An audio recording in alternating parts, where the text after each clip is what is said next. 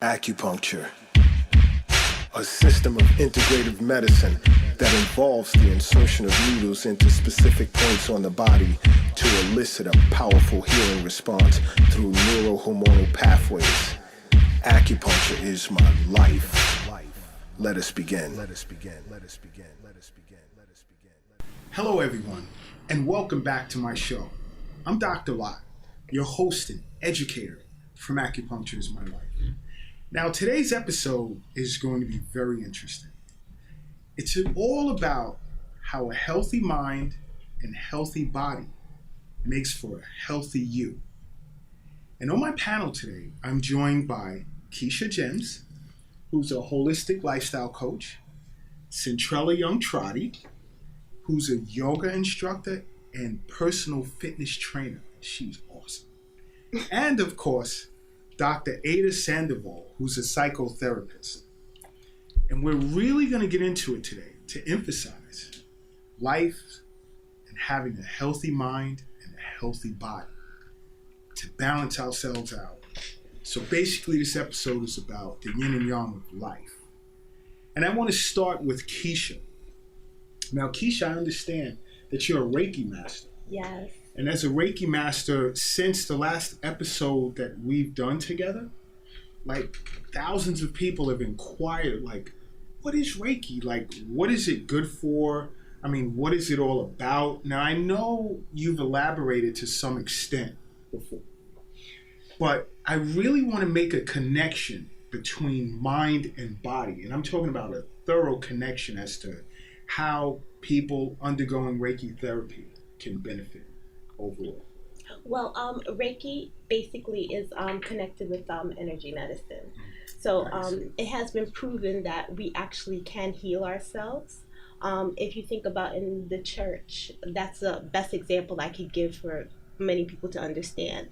A lot of times when people talk about they put hands on someone and they pray for them, and at that point, you know, they've experienced some kind of healing. Because everyone's at that same consciousness, they have the same, I don't know how, they have the same intention. They want the person to heal, so then that can occur as well, especially if the person has that intent in mind as well.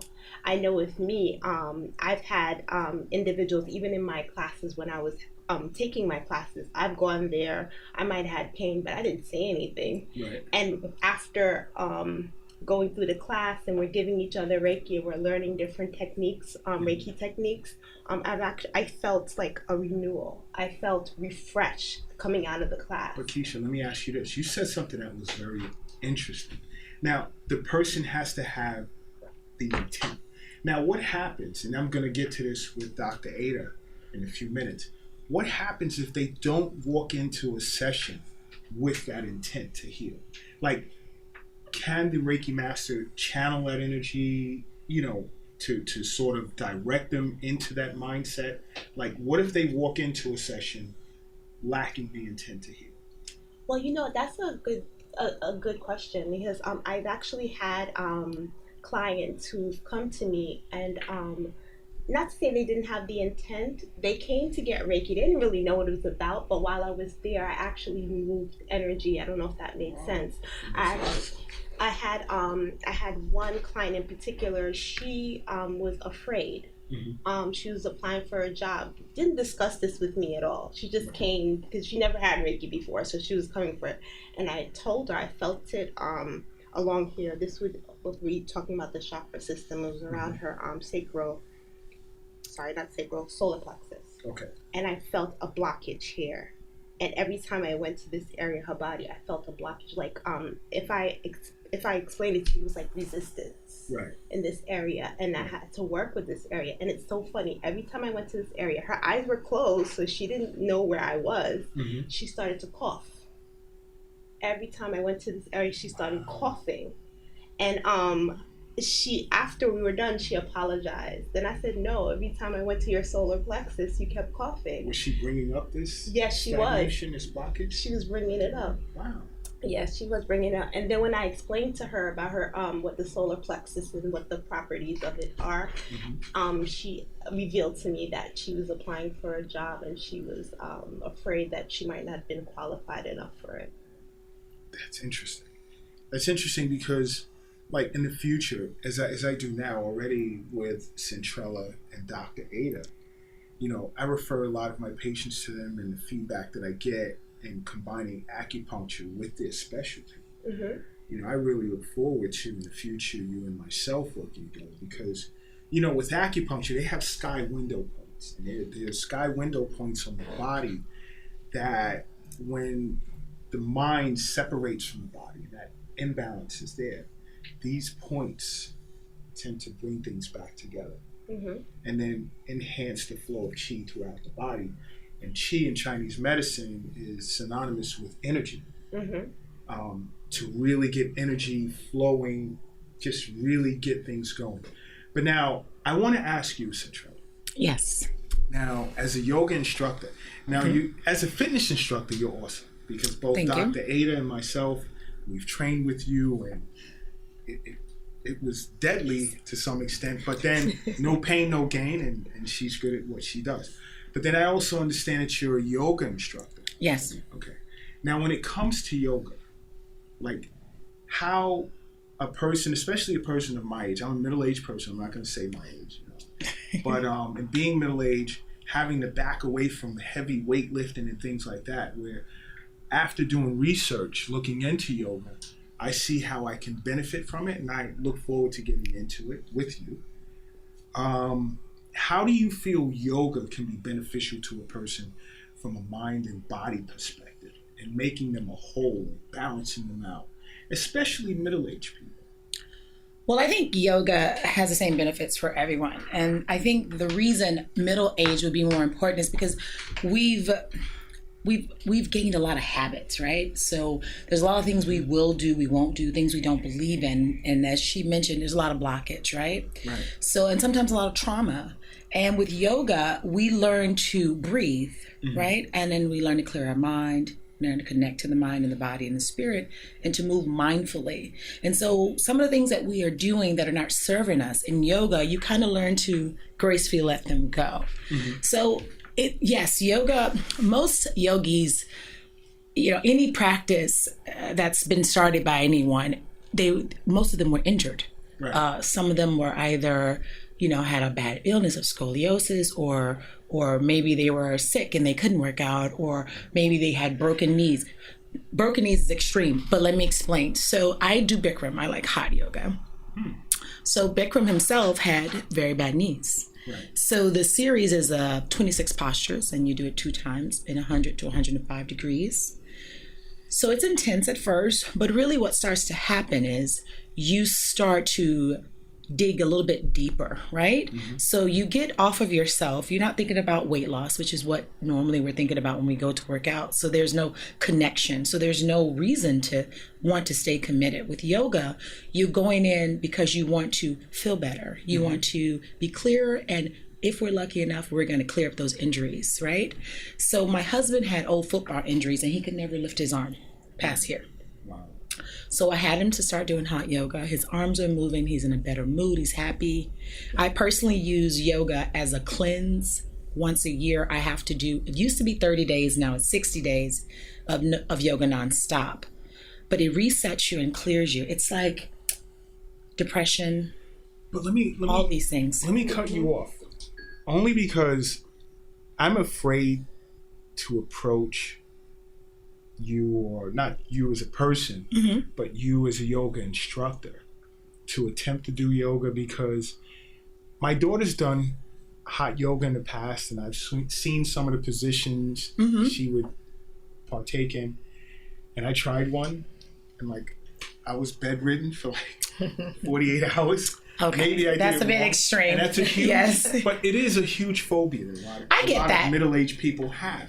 Like, how can they get over that hurdle to really engage yoga as a form of therapy? Okay, so here's the thing. So there are different levels. I wouldn't advise people to do a vinyasa, which is a fast-paced yoga, right? Mm-hmm. So when we get into it, say you want to go to something that's restorative. Restorative is really about learning to relax and breathe, mm-hmm. which I think is important for most people because we don't give ourselves permission to relax. Mm-hmm. So once we go from there, something like the type of yoga I study, again, which is Bikram, it doesn't matter where you are. It just matters you being there and being present. Your first goal is to stay in the room. Once you stay in the room, you do what you can. The practice, well, because it's so hot, people want to leave the room. Oh, gotcha. So that's your first goal, is to stay in the room. Right. And then so you learn to breathe and you do what you can. But what happens is you remove the doubt and the fear and, diagnosing yourself with everything you can't do, and you start to find out what you can do. But do you ever see like other participants Absolutely making fun of people that can't assume the positions? Oh no, that's things not like that. No, that's not what yoga is about. Oh. Okay, so when you come in, Wow. it's not a competition. No, I saw And you it. shouldn't even be, most people are not in competition with others, they're in competition with themselves. So they try to do a pose that the body is not ready to do today. Mm-hmm. Today is not, every day is different, Yeah, right? but on television, you see all of these like snake poses and. Well, twisting under. okay, so yoga is a daily practice, right? And to master something takes years and years and years and years and years. So every day, myself is a practice. And what I did Thursday may not be what I can do on Friday, depending on my mind, my body, and where I am mentally. And if you come in there with that, just offering what you have to yourself, you gain every time. It's so important to be in touch with yourself, right? To be honest and say, this is where I am. That's the mental aspect. And normally when I go to do something or start something, I don't finish. Why? What is that? What am I running from? What can I do to change that? How can I just accept all of me and go forward? And I think yoga is the perfect caveat for that. And you feel like people that have completed, let's say, these 30-day sessions or 60-day sessions, like how do you see a connection developing or that has developed between mind and body? Well, in Is there order a to sense of go into the reflection? pose, now you spoke about poses that are complicated or uncomfortable because the body is very tight or injured or hurting. So in order, you have to use the breath to give you permission, right? So if I'm going to go deeper, my exhale means I'm going to go a little bit deeper. I'm going to inhale, prepare myself. Exhale, I'm going to go into it. So you learn to move on your breath, and hopefully you've seen how powerful the breath is, and that you can actually do as much as you put your mind to, right? So it's about connecting here, the mind, the body, the heart, the spirit. Now, is there a breathing aspect to Reiki? No, actually. But that's interesting because I'm thinking about the core aspect, the blockage and releasing that stagnant energy, and then tying it into like breathing when it comes to yoga. I mean, wow, this is pretty cool. But the body is always storing up energy, right? And we normally, But it a lot of has people to have move. back, so a lot of times you say, my back hurts, or my hips are tight, or my shoulders or my neck. It's like, it's always a sign that something's going on. So when you fall asleep, your body doesn't automatically know how to rest. So if you fall asleep balled up, that's how the body goes to sleep. You wake up, you're starting your day like this. You haven't done anything to connect with yourself, to give yourself permission to relax, So that energy to encourage you. stays. The energy just stays there, right? So then as you go on through your day, you're just pounding on top more and more and more. Where's your release? How are you going to get rid of it? Wow. Dr. Ada, listening to what you've heard already. Now, being a psychotherapist, and I mean, you're good at your job because I hear a lot of people compliment you for what you do. Now, how do you feel a healthy mind, healthy thinking can affect the body? And you can even touch on your discussion from a sympathetic, parasympathetic point, although we're going to delve deeper into that in part 3 of our episode of Psychotherapy. How do you feel a healthy mind can lead to a healthy body to just really balance things out? Hi, Dr. Ladd, and hi, everyone here. I just want to be grateful for having to share the room with great people like Centrella and like Keisha, like Dr. Ladd. Thank you. Is the mind part of the body? Is the body part of the mind? That's the debate. Psychology is a science, and the debate continues because you cannot have a healthy physical body without a healthy physical mind. So the approach that I particularly use in my practice, and ever since I have been a licensed clinical social worker, is to encompass the biopsychosocial approach, which it really tells us and speaks to what you were talking about, what Keisha is talking about, and what Cintrella is talking about. The biology of the brain is amazing. Right. How could you have a physical body without a healthy mind? Mind. So Keisha talked about consciousness. If we were conscious, human beings were conscious of what we do at all times, we will be happier individuals. But we're not, Why is that? because a good percentage of our behavior is unconscious. Okay? You hear, for example, that parents, biological parents who abuse their children physically, emotionally, sexually. Right. And you wonder, as a person looking from the outside, how does that happen? So we have to really get into what's going on in the person's mind that prompted that behavior. So we don't know. So when we look at unconscious motivations and individuals decide to go to psychotherapy, that's what we together, the psychotherapist and the patient, is going to find out. I don't know, the patient doesn't know, until we start digging in the unconscious. I'll give you an example. A child is abused sexually, Right. but Cintrella talked about trauma. It's so dramatic that it's a traumatic experience for the child. Right. So they stored it in the unconscious. So they put it like in a jar, close it, throw it in the sea, and it goes down to the sea, and they live their lives. So what the psychotherapist is going to do is to help that person to deep going into that sea, get that jar, open it out, and start taking those things that really are stopping or are impasses to live a healthy life with the people around them, with themselves. So that's interesting you say that, because it made me think. So sometimes life's experiences can trigger what's in that jar. Definitely. And that's why you assist them in seeking out the jar, taking the lid off, and addressing it and discussing it. Exactly. Wow. Now, but in some of your experiences, how did you know evolving a person to a healthy mind or a healthy way of thinking affected their lives? Well, one of the things that we really have to do is psychoeducating the public. There is a stigma around psychotherapy. People do not go to a psychotherapist because the myth is that I'm not crazy, quote unquote. And the question becomes, who's crazy and who's not? There is a thin line between sanity and insanity, and we all cross it at all times. It's the balance that keeps us going.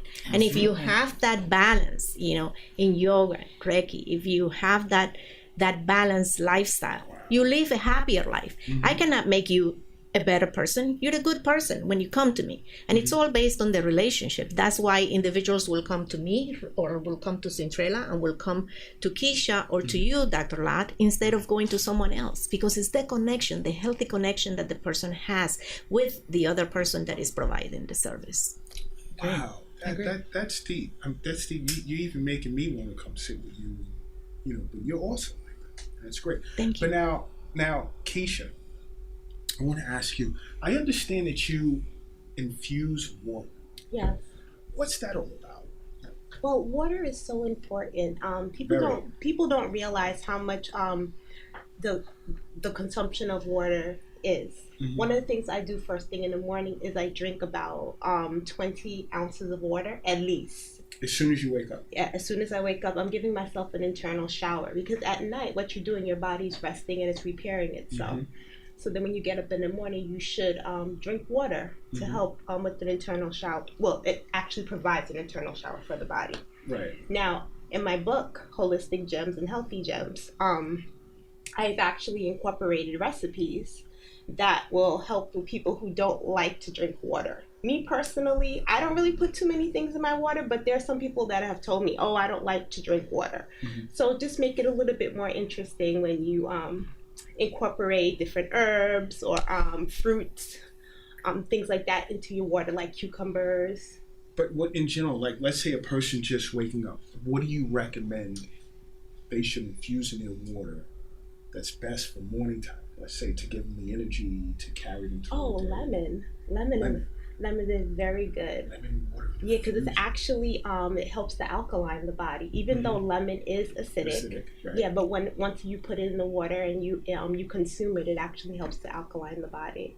Oh man, that's awesome. Have you guys ever tried I infuse my water, yes. Like, what have you infused? My favorite is cucumbers. I do cucumbers, limes, lemons. Cucumbers, why? Any particular reason? Just for electrolytes. I sweat a lot in hot yoga and I have to replace, what I've taken out. Well, that's interesting because, like, when you talk about hot yoga, let's say, do you recommend your clients infuse themselves with X amount of ounces of water before a session? Because on average, how much water are Okay, you losing? so here's the thing. I don't know on average because everyone's different, right? Depends on your body weight and how you move. So I think that just drinking a regular amount of water, if you know you're going to go to yoga the next day, I would say, drink a little bit more than you normally would because you're going to sweat a lot. And then after class, just replenish. I can't personally drink 20 ounces when I wake up because then I'm in the car and I may, have a situation. But I like to drink water throughout the day. Cheers, go ahead. So people say they don't like water. And, I'm like, is that really true? Or is it domestication? Right. Have we been told that we don't like water so that we would buy other beverages, right? Right.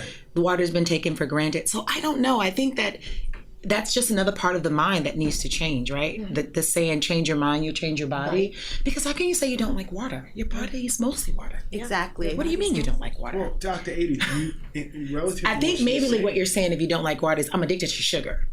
Probably. I'm addicted to sugar and water has no taste. I think that's a clear statement. They're saying it's boring. Yeah. That's what I've been told. What's supposed to be happening? It's water. But now, Dr. Ada, do you feel that we have a mechanism, internal mental mechanism, that we can utilize that we're unaware of? That mentally we can convince ourselves that water is important, or good things, good habits are important? Definitely good habits are important, okay? The brain, again, and I'm saying it again, is an amazing machine. Right. Knowledge is power. Cinderella is talking about the benefits of drinking water.